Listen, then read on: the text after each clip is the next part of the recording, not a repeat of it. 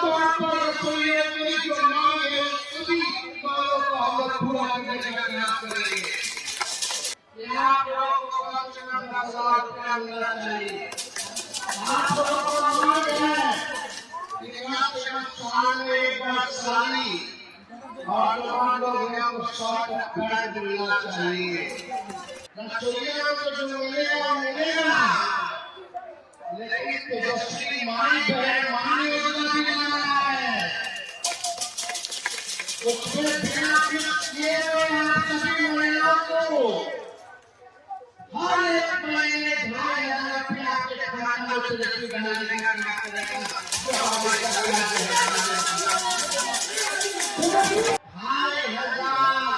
रुपया हर महीने सीधे खाता में आप लोगों के जाने का काम करवाएंगे।